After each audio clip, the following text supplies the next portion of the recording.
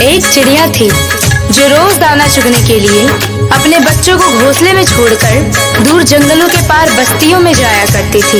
एक दिन किसी घोड़े पर उसने चने का दाना पाया। वह उसे लेकर चक्की में दरने के लिए गई। दाल दरते दरते एक दाल खूंटे में फंसी रह गई।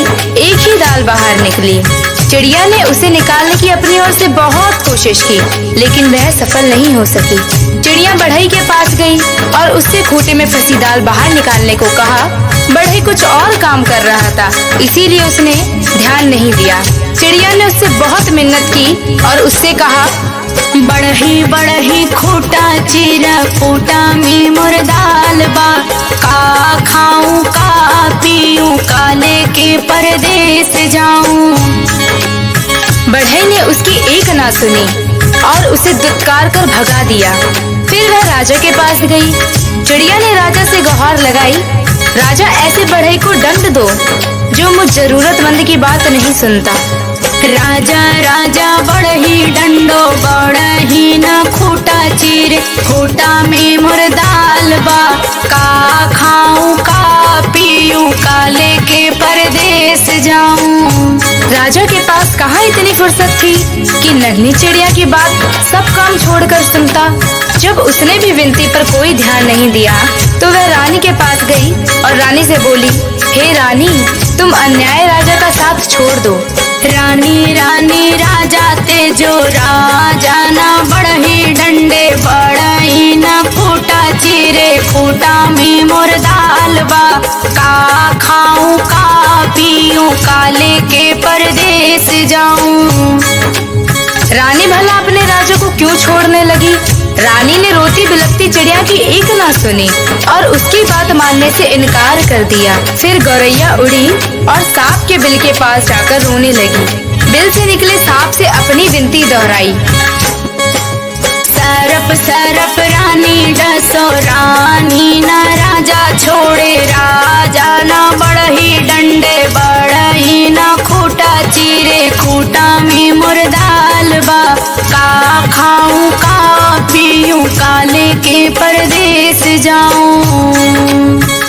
उसने अपनी राम कहानी सुनाकर विषैले सांप से कहा कि तुम जाकर उस रानी को डसो जो गरीब की गुहार नहीं सुनती। जो रानी सब कुछ जानकर भी हमें राजा से न्याय नहीं दिला सकी और न ही राजा को छोड़ सकी, तुम जाकर उसे क्यों नहीं डस लेते? सांप ने भी उसमें अपनी असमर्थता जताई। तब भागी भागी गौरैया जंगल में जा पहुंची और उसने बांस से विनती की, तुम लाठी बनकर सांप को मारो।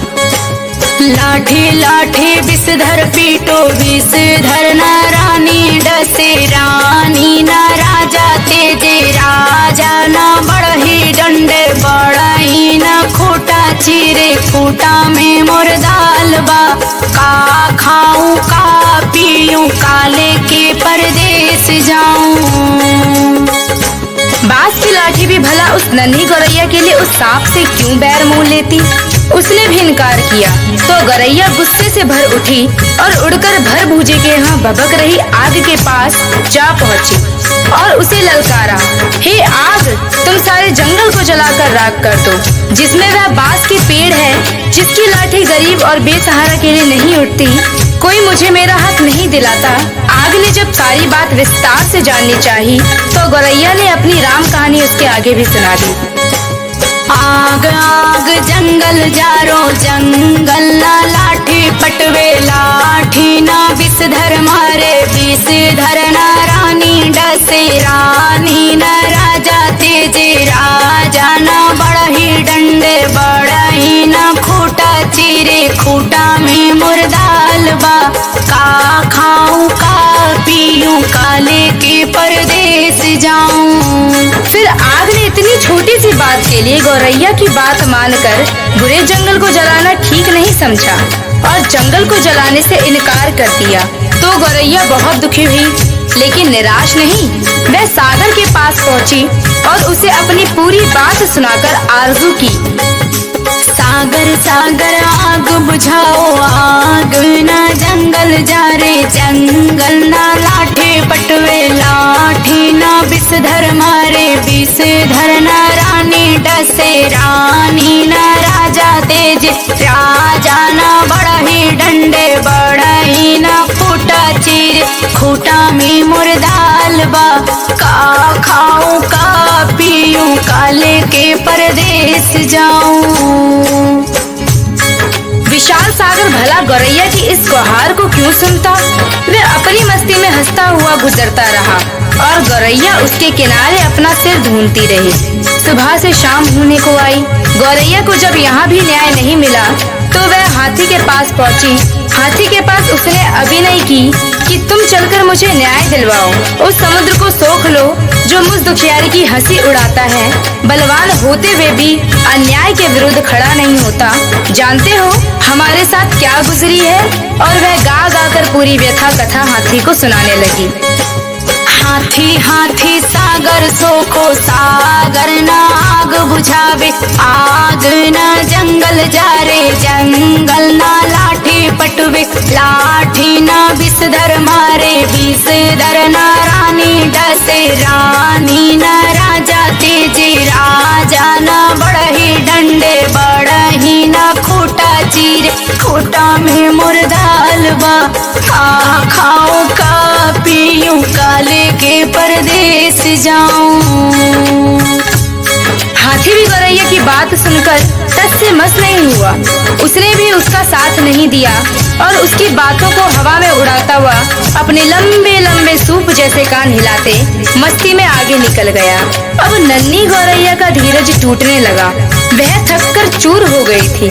जहाँ की तहाँ बैठी लाचार सी होकर आंसू बहाने लगी। सारी दुनिया उसे अंधेरी दिखाई देने लगी। किस किस से उसने अपनी कहानी नहीं सुनाई, लेकिन किसी ने उसकी मदद नहीं की।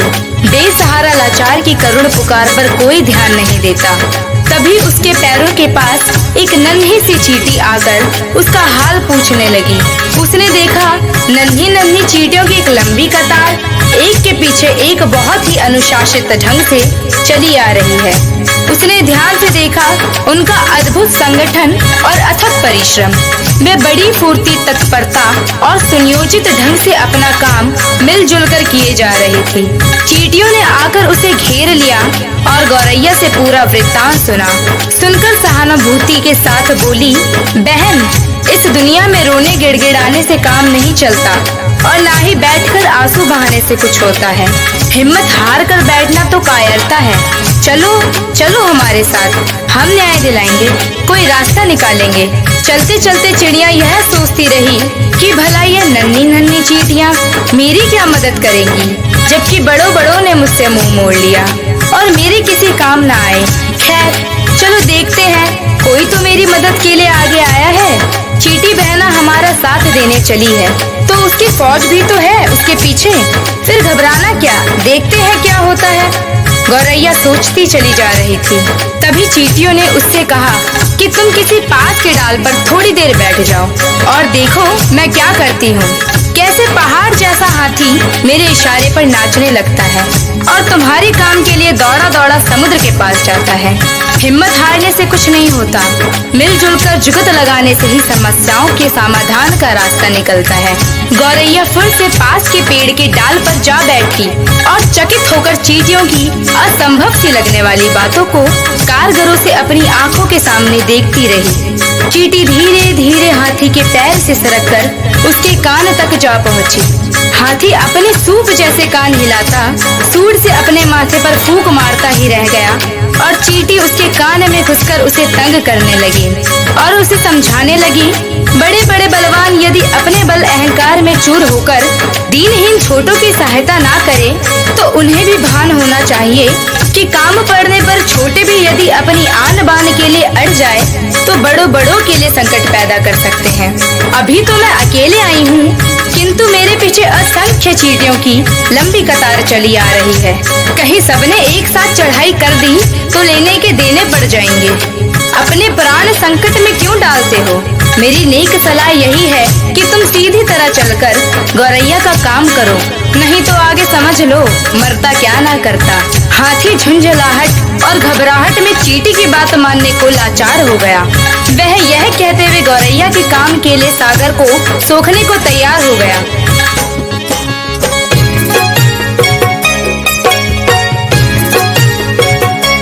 मोहे काटो तो मत कोई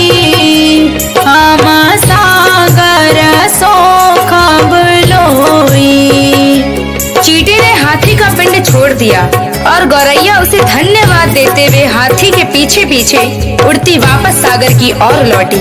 हाथी जैसे ही सागर के पास उसे सोखने के इरादे से पहुंचा, सागर हाथ जोड़कर बोला, मोहे सोखो खो मत कोई, हम आग बुझाई बुलोई।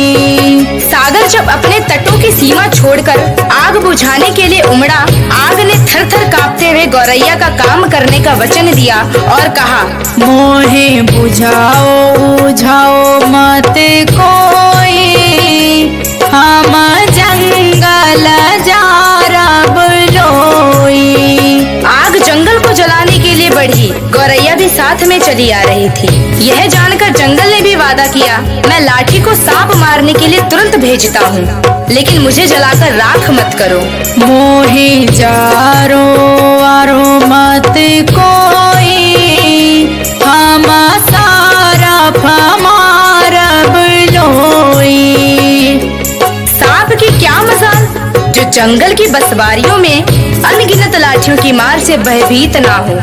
उसने भी बिल के बाहर आकर गौरैया को भरोसा दिया, मोहे मारो आरो मत कोई, हम रानी के डासब लोई। रानी ने जब सांप को महल में आते देखा और उसके साथ गौरैया को आते देखा, तो वह पूरी बात का अनुमान कर पसीने पसीने हो गई। उसने हाथ जोड़कर विनती की, मोहे डासो सो मत कोई, हम राजा के तेजब लोई। रानी के उस वचन के बाद भला राजा क्यों अपने हट पर टिकता। उसे तो गौरैया के धीरज, अथक परिश्रम और सूझबूझ का समाचार मिल चुका था।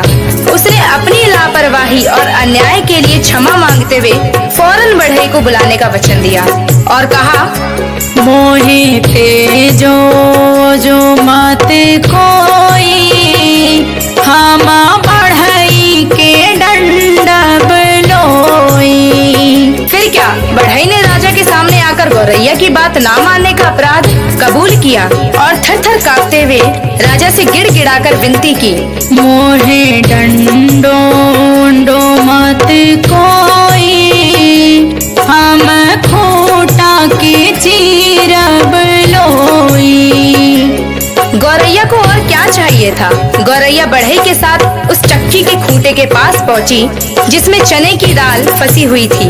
बढ़ई ने खूंटे से दाल निकाल कर दी और गौरैया उसे अपनी चोंच में लेकर अपने घोंसले में जा पहुंची, जहां उसके नन्हे नन्हे बच्चे जब से वह गई थी उसकी राह में आंखें बिछाए भूखे प्यासे बैठे थे। बच्चों ने चहचहाकर उसका स्वागत किया और वह अपनी चोंच से चने का दाना अपने बच्चों को खिलाने लगी और गुनगुनाकर पूरी कहानी सुनाने लगी कि कैसे उसने अपनी हिम्मत से काम लिया। बड़ों ने उसकी बात मानकर उसकी मदद की, लेकिन जब वह केवल रो गिड़गिड़ा रही थी तो किसी ने उसकी बातों पर ध्यान नहीं दिया। मदद के लिए आगे आई तो वे चींटियां जिसकी संगठित सेना के सामने हाथी भी लाचार हो गया। सच ही कहा गया है, सब उसी की मदद करते हैं जो स्वयं अपनी मदद करना जानता है।